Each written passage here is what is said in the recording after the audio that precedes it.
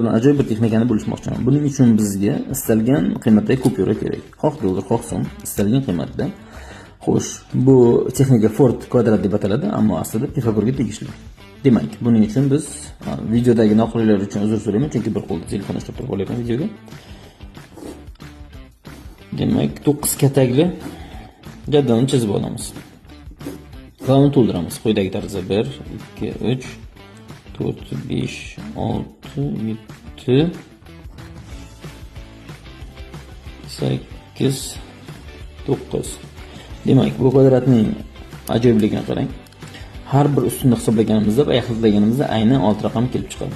Demak, 1 ga 2 ni qo'shsak 3, 3 ga 3 6 bu o'z-o'zidan.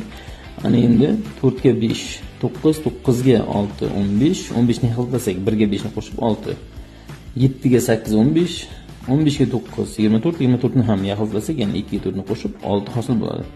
Xullas, bu ishni bajarib bo'lgach, aqlimizga sig'adigan summani, ya'ni ongimiz inkor qilmaydigan summani yozing deylik.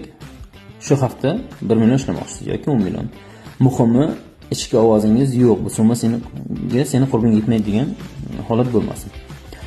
O'sha summani yozing va pulni hamyoningizga solib qo'ying. Xo'sh, faqat bu summani ishlash mumkin emas. Demak, natijalarni izohda kutib qolaman.